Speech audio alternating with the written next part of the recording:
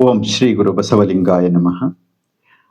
ಅರಿವು ವಾಹಿನಿಯ ವಚನಾಂತರಂಗ ಮಾಲಿಕೆಯ 99ನೇ ಸಂಚಿಕೆಗೆ ತಮಗೆಲ್ಲ ಆತ್ಮೀಯ ಸ್ವಾಗತ. ಗುರು ಬಸವಣ್ಣನವರ ಭಕ್ತ ಸ್ಥಳದ ವಚನಗಳನ್ನ ಕುರಿತು ಚಿಂತನೆಯನ್ನ ಮಾಡ್ತಾ ಇದ್ದೇವೆ. ಈ ಒಂದು ಸಂಚಿಕೆಯಲ್ಲಿ ನಾವು ಇದುವರೆಗೆ ಹಿಂದಿನ ಸಂಚಿಕೆಗಳಲ್ಲಿ ಭಕ್ತನ ಮಹೇಶ್ವರ ಸ್ಥಳ ತನಕ ನಾವು ವಚನಗಳನ್ನ ಅಧ್ಯಯನ ಮಾಡಿದ್ದೇವೆ. ಈ ಸಂಚಿಕೆಯಲ್ಲಿ ಭಕ್ತನ ಪ್ರಸಾದಿ ಸ್ಥಳ ಎನ್ನುವ ವಿಚಾರವನ್ನು ಕುರಿತು ಚಿಂತನೆಯನ್ನ ಮಾಡ್ತಾ ಇದರಲ್ಲಿ 5 ವಚನಗಳನ್ನ ಅರಿಯುವ ಪ್ರಯತ್ನವನ್ನ ಮಾಡೋಣ. ಭಕ್ತನ ಮಹೇಶ್ವರ ಸ್ಥಳ ಅಂದ್ರೆ ಇವೆಲ್ಲವೂ ಕೂಡ ನಾನು ಈ ಹಿಂದಿನ ಸಂಚಿಕೆಗಳಲ್ಲಿ ಹೇಳಿರುವಂತೆ ಈ ಎಲ್ಲಾ ಸ್ಥಳಗಳನ್ನ ಯಾವ ರೀತಿ ವಿಂಗಡಿಸಿದ್ದಾರೆ ಅಂದ್ರೆ ತತ್ವಗಳ ಆಧಾರದ ಮೇಲೆ ಅವುಗಳನ್ನ ವಿಂಗಡಣೆ ಮಾಡಿದ್ದಾರೆ. ತತ್ವಗಳು ಆಧಾರ ಅಂದ್ರೆ ಪೃಥ್ವಿ, ಅಪ್ಪು, ತೇಜ, ವಾಯು, ಆಕಾಶ ಮತ್ತು ಆತ್ಮ ಎನ್ನುವಂತ ಈ 6 ಭೂತಗಳನ್ನ ಇಟ್ಟುಕೊಂಡು ಅವು ಒಂದರೊಳಗೊಂದು ಯಾವ ರೀತಿ ಬೆರೆತಾಗ ಯಾವ ಭಾವ ಉಂಟಾಗುತ್ತೆ ಅದನ್ನ, ಉದಾಹರಣೆಗೆ ಪೃಥ್ವಿಯೊಳಗೆ ಜಲ ಬೆರೆಯುತ್ತೆ. ಪೃಥ್ವಿ ತತ್ವ ಒಂದೇ ಸೃಷ್ಟಿಯನ್ನ ಮಾಡೋದಿಲ್ಲ, ಜಲತತ್ವ ಒಂದೇ ಸೃಷ್ಟಿಯನ್ನ ಮಾಡೋದಿಲ್ಲ. ಒಂದರೊಳಗೊಂದು ಮಿಳಿತವಾಗಿ 25 ತತ್ವಗಳಾಗ್ತವೆ. ಈ 25 ತತ್ವಗಳಿಗೆ ಪಂಚವಿಂಶತಿ ತತ್ವ ಅಂತ ಕರಿತಾ ಇದ್ದಾರೆ. ಅಂದ್ರೆ ಪೃಥ್ವಿಯೊಳಗೆ ಜಲ, ಪೃಥ್ವಿಯೊಳಗೆ ಅಗ್ನಿ, ಪೃಥ್ವಿಯೊಳಗೆ ವಾಯು, ಪೃಥ್ವಿಯೊಳಗೆ ಪೃಥ್ವಿ, ಈ ರೀತಿಯಾಗಿ ಒಟ್ಟು 25 ತತ್ವಗಳು ನಿರ್ಮಾಣ ಆಗ್ತಾ ಇದೆ. ಆ 25 ತತ್ವಗಳಿಂದ ಇಡೀ ಸೃಷ್ಟಿಯಾಗಿದೆ, ಬ್ರಹ್ಮಾಂಡ ಸೃಷ್ಟಿಯಾಗಿದೆ. ಅದೇ 25 ತತ್ವಗಳಿಂದ ಮನುಷ್ಯನ, ಪ್ರಾಣಿಗಳ, ಸಕಲ ಚರಾಚರ ಜೀವರಾಶಿಗಳ ದೇಹ ನಿರ್ಮಾಣವೂ ಕೂಡ ಆಗಿದೆ.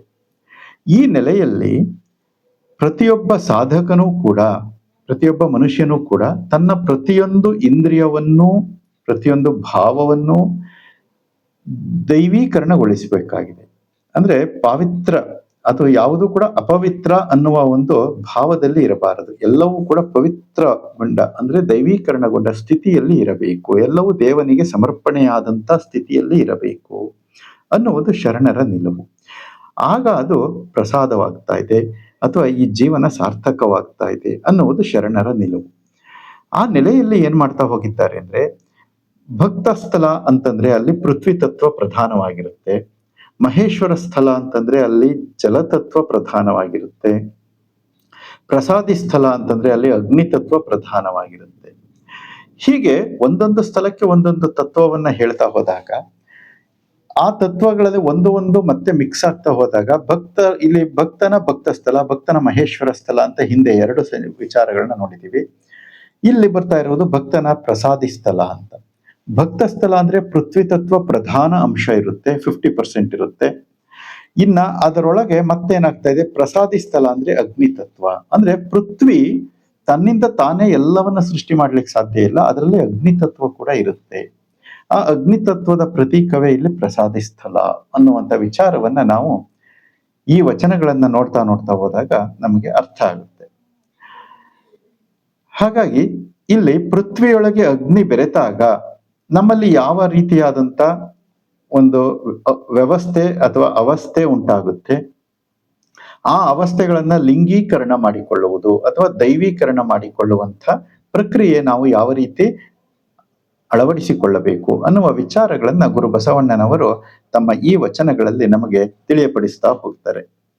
ಹಾಗಾಗಿ ಈಗ ಭಕ್ತನ ಪ್ರಸಾದಿ ಸ್ಥಳ, ಭಕ್ತ ಸ್ಥಳ ಅಂದ್ರೆ ಇಲ್ಲಿ ಶ್ರದ್ಧಾ ಭಕ್ತಿ, ಪ್ರಸಾದಿ ಸ್ಥಳ ಅಂದ್ರೆ ಇಲ್ಲಿ ಅವಧಾನ ಭಕ್ತಿ ಅಂತ. ಅವಧಾನ ಅಂತಂದ್ರೆ ಏನು ಅಂದ್ರೆ ಎಚ್ಚರಿಕೆ. ಮಹೇಶ್ವರ ಸ್ಥಳದಲ್ಲಿ ನಿಷ್ಠಾಭಕ್ತಿ, ಭಕ್ತ ಸ್ಥಳದಲ್ಲಿ ಶ್ರದ್ಧಾ ಭಕ್ತಿ, ಮಹೇಶ್ವರ ಸ್ಥಳದಲ್ಲಿ ನಿಷ್ಠಾಭಕ್ತಿ, ಪ್ರಸಾದಿ ಸ್ಥಳದಲ್ಲಿ ಅವಧಾನ ಭಕ್ತಿ ಅಂತ. ಅವಧಾನ ಅಂದ್ರೆ ಎಚ್ಚರಿಕೆಯಿಂದ ಅಳವಡಿಸಿಕೊಳ್ಳುವುದು, ಪ್ರತಿಯೊಂದು ಕ್ರಿಯೆಗಳಲ್ಲಿ, ನಡೆನುಡಿಗಳಲ್ಲಿ ಎಚ್ಚರವನ್ನ ವಹಿಸುವುದು, ಸದಾ ಜಾಗ್ರತೆಯಿಂದ ಇರುವುದು, ಅದು ಅವಧಾನ ಅಂತ ಕರೆಸಿಕೊಳ್ತಾ ಇದೆ. ಹಾಗಾಗಿ ಶ್ರದ್ಧೆಯಿಂದ ಈ ಅವಧಾನಿಯಾಗಬೇಕು ಅನ್ನುವುದೇ ಭಕ್ತನ ಪ್ರಸಾದಿ ಸ್ಥಳ ಅಥವಾ ಶ್ರದ್ಧೆಯೊಳಗಣ ಅವಧಾನ ಭಕ್ತಿ ಅಂತ ಕರೀತಾ ಇದ್ದಾರೆ. ಶ್ರದ್ಧಾ ಭಕ್ತಿಯೊಳಗಣ ಅವಧಾನ ಭಕ್ತಿ ಅಂತ ಕರೀತಾರೆ ಅದಕ್ಕೆ. ಈಗ ಮೊದಲನೇ ವಚನವನ್ನು ನೋಡೋಣ. ಅಯ್ಯ, ನಿಮ್ಮ ಶರಣರ ದಾಸೋಹಕ್ಕೆ ತನು ಮನ ಧನ ವಲಸದಂತೆ ಮಾಡಯ್ಯ, ತನು ದಾಸೋಹಕ್ಕೆ ಉಬ್ಬುವಂತೆ ಮಾಡಯ್ಯ, ಮನ ದಾಸೋಹಕ್ಕೆ ಲೀಯವಹಂತೆ ಮಾಡಯ್ಯ, ಧನ ದಾಸೋಹಕ್ಕೆ ಸವೆದು ನಿಮ್ಮ ಶರಣರ ಪ್ರಸಾದದಲ್ಲಿ ನಿರಂತರ ಆಡಿ ಹಾಡಿ ನೋಡಿ ಕೂಡಿ ಭಾವಿಸಿ ಸುಖಿಸಿ ಪರಿಣಾಮಿಸುವಂತೆ ಮಾಡು ಕೂಡಲ ಸಂಗಮ ದೇವ. ನಿವೇದನೆ, ತಮ್ಮ ಅಂತರಂಗಕ್ಕೆ ಗುರು ಬಸವಣ್ಣನವರು ನಿವೇದನೆಯನ್ನ ಮಾಡ್ಕೊಳ್ತಾ ಇರೋದು. ಗುರು ಬಸವಣ್ಣನವರು ತಮ್ಮ ಅಂತರಂಗದಲ್ಲಿ ನಿವೇದನೆ ಮಾಡ್ಕೊಳ್ತಾರೆ ಅಂದ್ರೆ ಇದರಲ್ಲಿ ನಮಗೆ ಸಿಗಬಹುದಾದಂತ ವಿಚಾರಗಳು ಏನು ಅಂದ್ರೆ, ನಾವು ನಮ್ಮ ಅಂತರಂಗಕ್ಕೆ ನಿವೇದನೆಯನ್ನ ಮಾಡಿಕೊಳ್ಳಬೇಕು. ಏನಂತ? ಅಯ್ಯ, ನಿಮ್ಮ ಶರಣರ ದಾಸೋಹಕ್ಕೆ ತನುಮನ ಧನ ಅಲಸದಂತೆ ಮಾಡಯ್ಯ. ಅಂದ್ರೆ ಶರಣರ ದಾಸೋಹಕ್ಕೆ, ಸಮಾಜದ ಒಳಿತಿಗಾಗಿ, ಉನ್ನತಿಗಾಗಿ ತನುಮನ ಧನ ಅಲಸದಂತೆ, ತನುಮನ ಧನಗಳಲ್ಲಿ ಲೋಭಿ ಆಗದಂತೆ ನಾನು ಕೊಡುವ ಒಂದು ಮನಸ್ಸಿನ ಸ್ಥಿತಿಯನ್ನ ವೃದ್ಧಿ ಮಾಡ್ಕೋಬೇಕು ಅಂತ, ಆ ರೀತಿ ಮಾಡಯ್ಯ ಅಂತ ಹೇಳ್ತಾರೆ. ಮುಂದೆ ಹೇಳ್ತಾರೆ, ತನು ದಾಸೋಹಕ್ಕೆ ಉಬ್ಬುವಂತೆ ಮಾಡು. ತನು ದಾಸೋಹಕ್ಕೆ ಅಂದ್ರೆ, ತನು ಅಂತಂದ್ರೆ ಇಲ್ಲಿ ಸ್ಥೂಲ ಶರೀರ. ಈ ಸ್ಥೂಲ ಶರೀರ ಅತ್ಯಂತ ಉತ್ಸಾಹಭರಿತವಾಗಿ ಕೊಡುವಿಕೆಯಲ್ಲಿ ನಿರತವಾಗಬೇಕು ಅಂತ, ತಾನು ಸಂಪಾದಿಸಿದ್ದನ್ನ ಸಮಾಜದ ಏಳಿಗೆಗಾಗಿ ಕೊಡುವಲ್ಲಿ ಅತ್ಯಂತ ಸಂತೋಷಭರಿತನಾಗಿ ಕೊಡಬೇಕು ಅನ್ನುವುದು. ತನು ದಾಸೋಹಕ್ಕೆ ಉಬ್ಬುವಂತೆ ಮಾಡಯ್ಯ. ಹಿಂಸೆಯಿಂದ ಕೊಡುವುದಲ್ಲ, ಸ್ವಯಂ ಪ್ರೇರಿತವಾಗಿ ತನ್ನಿಂದ ತಾನೇ ಕೊಡುವಂತಹದ್ದು. ತನು ದಾಸೋಹಕ್ಕೆ ಉಬ್ಬುವಂತೆ ಮಾಡು. ಮನ ದಾಸೋಹಕ್ಕೆ ಲೀಯವಹಂತೆ ಮಾಡು. ಮನಸ್ಸು ಏನಾಗಬೇಕು? ಒಳಗಿನ ಅಂತಃಕರಣ ಇದು ದಾಸೋಹಕ್ಕೆ ಲೀಯವಂತೆ ಮಾಡು. ಅಂದ್ರೆ ಮನಸ್ಸು ಯಾವಾಗಲೂ ತುಡಿತಾ ಇರಬೇಕು, ನಾನು ಕೊಡುವುದು ನನ್ನ ಕರ್ತವ್ಯ, ನಾನು ಯಾವಾಗ ಕೊಡ್ತೀನಿ ಅನ್ನುವಂತ ಒಂದು ಭಾವದಲ್ಲಿ ಇರಬೇಕು ಮನಸ್ಸು. ಇಸ್ಕೊಳ್ಳೋದಕ್ಕಲ್ಲ, ಕೊಡೋದಕ್ಕೆ ಭಾವ ಆ ರೀತಿಯಾಗಿರ್ಬೇಕು. ಲೀಯವಹಂತೆ, ಅದರಲ್ಲೇ ಲಯವಾಗುವಂತೆ, ಕೊಡುವಿಕೆಯಲ್ಲೇ ಲಯವಾಗಬೇಕು ಮನಸ್ಸು. ಮತ್ತೆ ಆ ಕಡೆ ಈ ಕಡೆ ಹರಿದಾಡಬಾರ್ದು, ಕೊಟ್ರೆ ಹೆಂಗೋ ಕೊಡದೆ ಇದ್ರೆ ಹೆಂಗೋ ಅಂತ. ಹಾಗೆ ಕೊಟ್ರೆ ಹೋಯ್ತಲ್ಲ ಅನ್ನುವಂತ ಭಾವ ಇರಬಾರದು ಅನ್ನುವಂತ ರೀತಿಯಲ್ಲಿ ಮನಸ್ಸು ಲೀಯವಹಂತೆ ಮಾಡಯ್ಯ. ಲೀಯವಹ ಅಂದ್ರೆ ಲಯವಾಗುವುದು, ಅದರಲ್ಲೇ ಲಯವಾಗುವುದು ಅಂತ, ಲೀನವಾಗುವುದು, ಮುಳುಗುವುದು, ಐಕ್ಯವಾಗುವುದು, ಕೊಡುವಿಕೆಯಲ್ಲೇ ಐಕ್ಯವಾಗುವಂತದ್ದು ಸರ್ವ ಸಮರ್ಪಣಾ ಭಾವ ಅಂತ ಹೇಳ್ತಾರೆ. ಹಾಗೆ ಮನಸ್ಸು ಕೊಡುವಿಕೆಯಲ್ಲಿ ಲೀನವಾಗಬೇಕಂತೆ.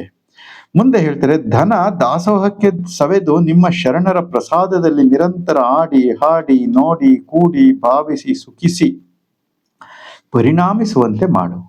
ಧನ ಅಂತಂದ್ರೆ ಇಲ್ಲಿ ಹಲವಾರು ಅರ್ಥ ಬರುತ್ತೆ. ಧನ ಅಂತಂದ್ರೆ ಏನು ಅಂದ್ರೆ, ಒಂದು ಸಾಮಾನ್ಯ ಅರ್ಥ ಹಣ ಅಂತ, ಹಣ ಧನ ಅಂದ್ರೆ. ಇನ್ನು ಸಾಮಾನ್ಯವಾಗಿ ಈ ಅರ್ಥವನ್ನ ಬಿಟ್ಟು ಇನ್ಯಾವ ಅರ್ಥ ಬರುತ್ತೆ ಅಂದ್ರೆ, ಯಾವುದು ಧನ ಅಂತಂದ್ರೇನು? ಧನಾತ್ಮಕ ಅಂತ, ಪ್ಲಸ್ ಅಂತ ಹೇಳ್ತೀವಿ. ಯಾವ್ಯಾವುದನ್ನ ನಾವು ಸಂಗ್ರಹ ಮಾಡ್ಕೊಳ್ತೀವಲ್ಲ, ಸಂಗ್ರಹ ಮಾಡ್ಲಿಕ್ಕೆ ಅವಕಾಶ ಇದೆ, ಅದೆಲ್ಲದಕ್ಕೂ ಧನ ಅಂತ ಕರೀತಾರೆ. ಯಾವ್ಯಾವುದನ್ನ ನಮ್ಮ ಈ ಒಬ್ಬ ಮನುಷ್ಯ ಹುಟ್ಟಿ ಬಂದು ಈ ಸೃಷ್ಟಿಯಲ್ಲಿ ಏನೇನೆಲ್ಲ ಸಂಪಾದನೆ ಮಾಡ್ತಾನೆ ಅಂದ್ರೆ, ವಿದ್ಯೆಯನ್ನ ಸಂಪಾದನೆ ಮಾಡ್ತಾನೆ, ಅಂದ್ರೆ ಜ್ಞಾನ ವಿದ್ಯೆ ಸಂಪಾದನೆ ಮಾಡ್ತಾನೆ, ಅನುಭವವನ್ನ ಸಂಪಾದನೆ ಮಾಡ್ತಾನೆ, ಹಿರಿಯತನವನ್ನ ಸಂಪಾದನೆ ಮಾಡ್ತಾನೆ, ಹಣವನ್ನ ಸಂಪಾದನೆ ಮಾಡ್ತಾನೆ, ಎಲ್ಲವನ್ನ ಈ ರೀತಿ ಸಂಪಾದನೆ ಮಾಡ್ತಾನೆ. ಎಲ್ಲಿಂದ ಸಂಪಾದನೆ ಮಾಡ್ತಾನೆ ಅಂದ್ರೆ, ಇದೇ ಪ್ರಕೃತಿಯಿಂದ ಸಂಪಾದನೆ ಮಾಡುವುದು. ಯಾವುದು ಕೂಡ ಹುಟ್ಟುತ್ತಾ ಎಲ್ಲಿಂದನೂ ತಂದಿರೋದಿಲ್ಲ, ಇಲ್ಲೇ ಸಂಪಾದನೆ ಮಾಡುವುದು. ನಮ್ಮ ನೆರೆಹೊರೆಯಿಂದ, ಪ್ರಕೃತಿಯಿಂದ, ಜೊತೆಗಾರರಿಂದ, ತಂದೆ ತಾಯಿಯಿಂದ, ಗುರುಗಳಿಂದ, ಎಲ್ಲ ಕಡೆಯಿಂದ ನಾವು ಸಂಪಾದನೆಯನ್ನ ಮಾಡ್ತಾ ಇರ್ತೀವಿ, ಅರಿವನ್ನ ಸಂಪಾದನೆ ಮಾಡ್ತೀವಿ. ಹಾಗೆ ಹೀಗೆ ಸಂಪಾದನೆ ಮಾಡಿದಂತ ಈ ವಿಚಾರಗಳನ್ನ, ಹಣವು ಸೇರಿದಂತೆ ಎಲ್ಲಾ ವಿಚಾರಗಳನ್ನ, ಜ್ಞಾನವನ್ನ, ಅನುಭವವನ್ನ, ಮತ್ತೆ ಅದರಲ್ಲಿ ಲೋಭಿಯಾಗದೆ, ನಾನು ಈ ಬೇರೆಯವರಿಗೆ ಹೇಳಿಕೊಟ್ರೆ ನನ್ನ ಜ್ಞಾನ ಕಡಿಮೆ ಆಗುತ್ತೆ, ಅಥವಾ ಅವನು ಜ್ಞಾನಿ ಆಗ್ತಾನೆ, ಜ್ಞಾನ ಕಡಿಮೆ ಆಗೋದಿಲ್ಲ ಹೇಳ್ಕೊಟ್ಟಾಗ, ಆದ್ರೆ ಇನ್ನೊಬ್ಬ ಜ್ಞಾನಿ ಆಗ್ತಾನಲ್ಲ ಅನ್ನುವಂತ ಒಂದು ಮತ್ಸರ ಇರಬಾರದು, ಮತ್ಸರ ಭಾವ ಇರಬಾರದು ಅಂತ. ಅವನು ಜ್ಞಾನಿ ಆಗ್ಲಿ ಅನ್ನುವ ದೃಷ್ಟಿಕೋನದಿಂದ ಧಾರೆ ಎರಿಬೇಕು ತಾನು ಸಂಪಾದಿಸಿದ ಜ್ಞಾನವನ್ನ, ತಾನು ಸಂಪಾದಿಸಿದ ಅನುಭವವನ್ನ ಬೇರೆಯವರಿಗೆ ಹೇಳಿಕೊಟ್ರೆ ಅವನು ನನಗಿಂತ ಅನುಭವಿ ಆಗ್ಬಿಡ್ತಾನಲ್ಲ ಅನ್ನುವಂತ ಒಂದು ಕುತ್ಸಿತ ಮನೋಭಾವನೆ ಇರಬಾರದು. ಹಾಗೆ ಯಾವ ಈ ಹೀನ ಭಾವನೆಗಳಿಲ್ಲದೆ ಈ ಅನುಭವವನ್ನು ಕೂಡ ಧಾರೆ ಇರಬೇಕು. ಹಾಗೆ ಧನ ಅಂದ್ರೆ ಹಣ, ಸಂಪತ್ತು, ಈ ಸಂಪತ್ತನ್ನು ಕೂಡ ಲೋಭಿಯಾಗದೆ ನನಗೆ ಮಾತ್ರ ಇರಬೇಕು, ಬೇರೆಯವ್ರ ಹತ್ರ ಇರಬಾರ್ದು, ಕೊಡಬಾರ್ದು ಅನ್ನುವ ಭಾವ ಇಲ್ಲದೆ ತಾನು ಸಮಾಜದ ಉನ್ನತಿಗೋಸ್ಕರ ಸಲ್ಲಿಸಬೇಕು. ಅದಕ್ಕೆ ಹೇಳ್ತಾರೆ ಇಲ್ಲಿ, ಧನ ದಾಸೋಹಕ್ಕೆ ಸವೆದು. ಇವೆಲ್ಲವೂ ಕೂಡ ಧನ ಅನ್ನುವ ಅರ್ಥದಲ್ಲಿ ಬರುತ್ತೆ.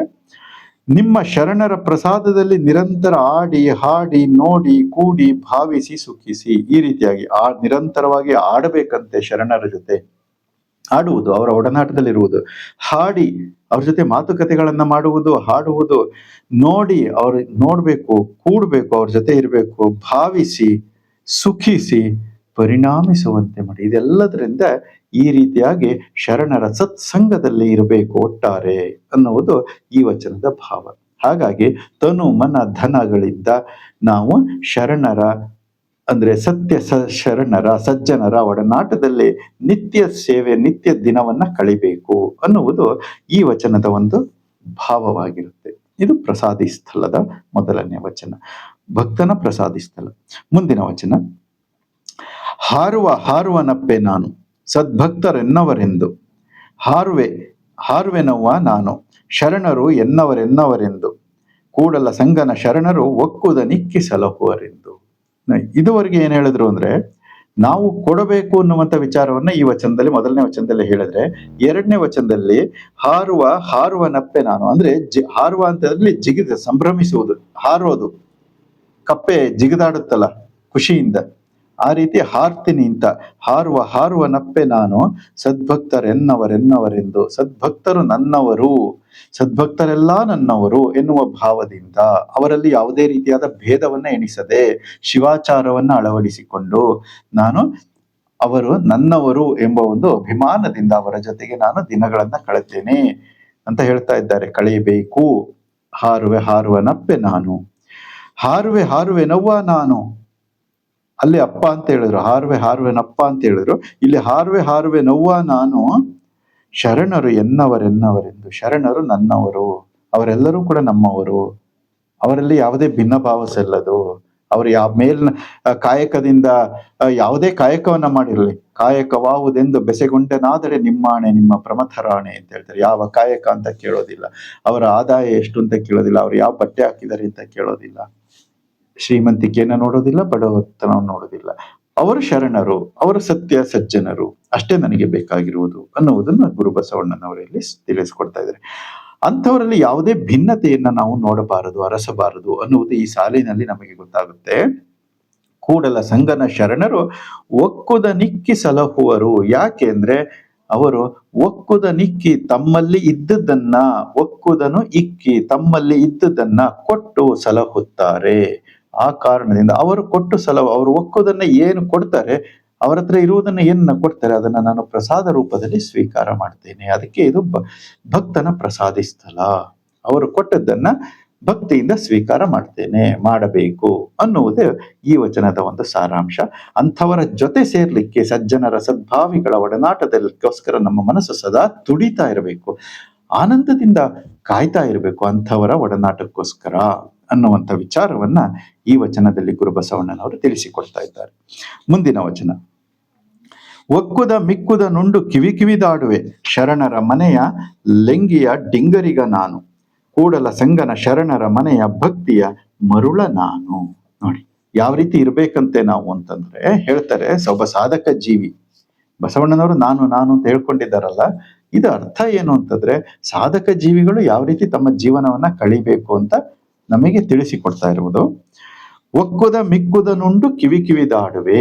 ಒಕ್ಕುದ ಮಿಕ್ಕುದ ನುಂಡು, ಸಮಯಕ್ಕೆ ಸಿಕ್ಕದ್ದು ಒಕ್ಕುದು, ಆ ಸಂದರ್ಭದಲ್ಲಿ ಏನ್ ಸಿಗ್ತಾ ಇದೆಯಲ್ಲ ಪ್ರಸಾದ, ಅದು ಮಿಕ್ಕುದು, ಅವರು ಕೊಟ್ಟದ್ದು, ನಾವು ಅಂದ್ರೆ ಕೊಟ್ಟು ಉಳಿದದ್ದು, ಒದಗಿ ಬಂದಂತದ್ದು ಒಕ್ಕುದು, ಇನ್ನ ದಾಸೋಹವನ್ನ ಮಾಡಿ ಉಳಿದದ್ದು ಮಿಕ್ಕುದು.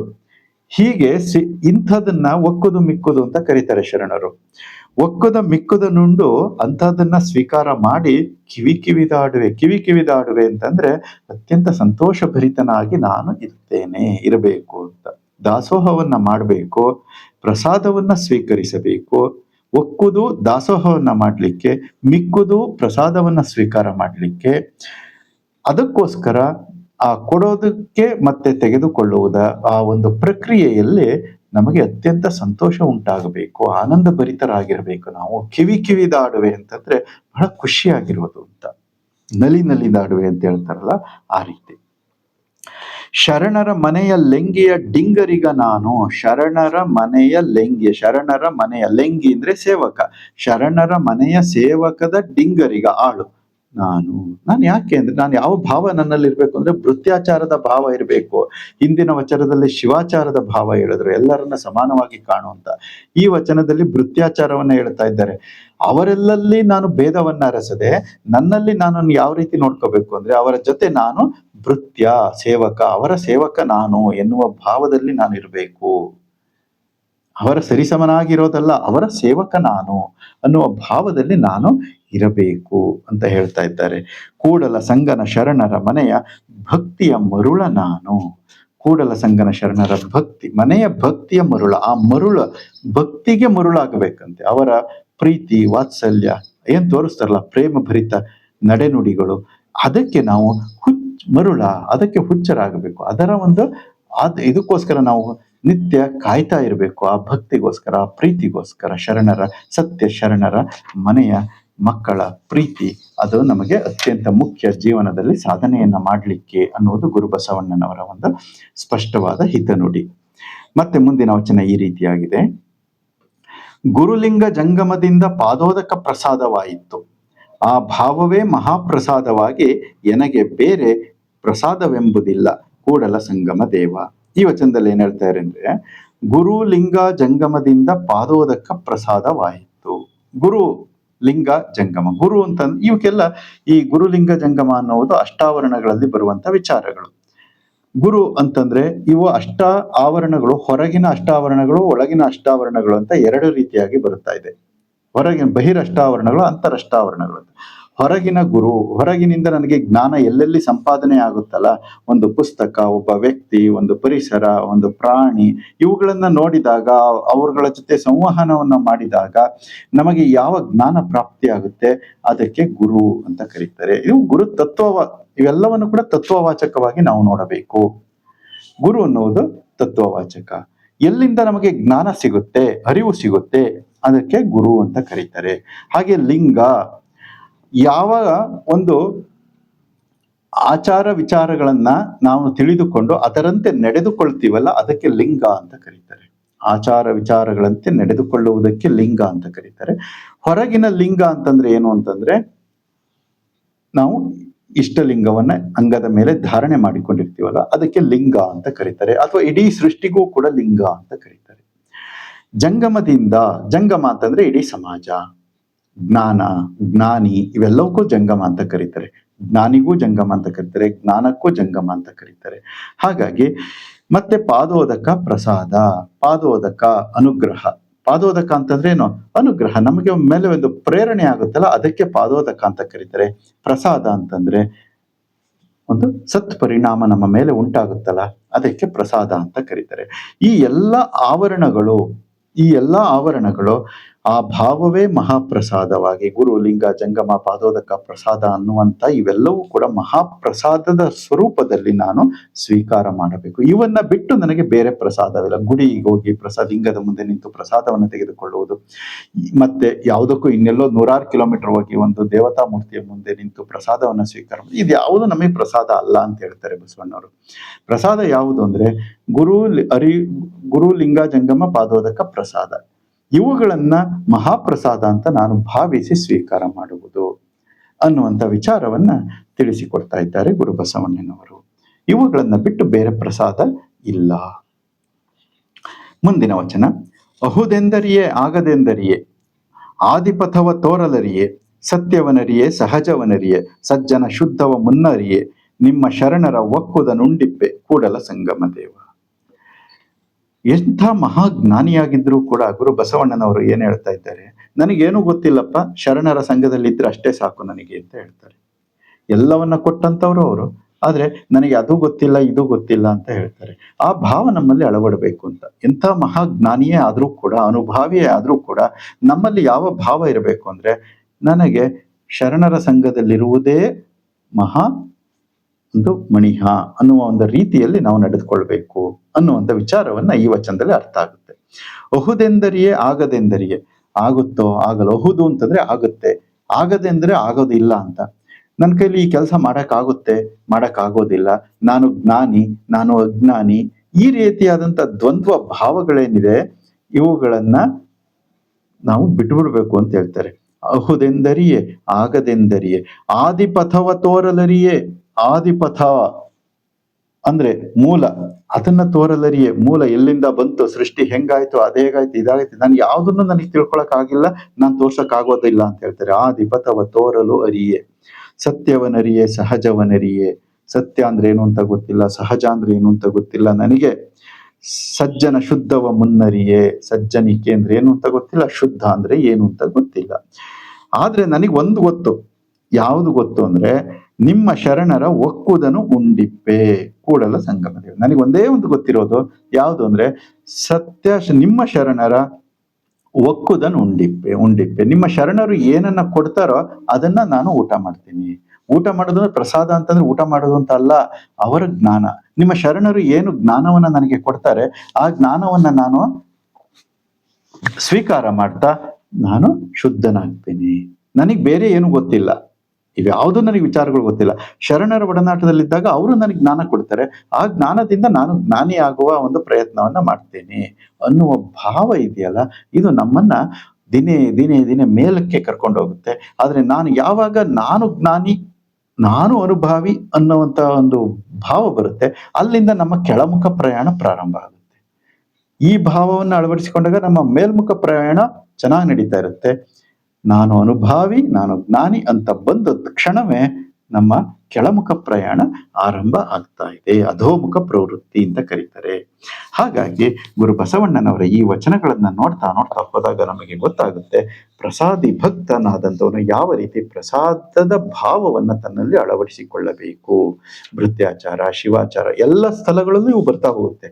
ಭೃತ್ಯಾಚಾರ ಇದು ಏನೋ ಈ ಪಂಚ ಆಚಾರಗಳು, ಈ ಆಚಾರಗಳನ್ನ ನಮ್ಮ ಜೀವನದಲ್ಲಿ ನಿತ್ಯ ನಿರಂತರವಾಗಿ ಅಳವಡಿಸಿಕೊಳ್ತಾ ಹೋದ್ರೆ ಅದೇ ಬಸವ ಪಥ ಅನ್ನುವಂಥ ವಿಚಾರವನ್ನ ನಾವು ತಿಳಿದುಕೊಳ್ತಾ ಇಂದಿನ ಸಂಚಿಕೆಯನ್ನ ಇಲ್ಲಿಗೆ ಮುಗಿಸೋಣ. ವೀಕ್ಷಿಸಿದ್ದಕ್ಕೆ ಧನ್ಯವಾದಗಳು. ಶರಣು ಶರಣಾರ್ಥಿ.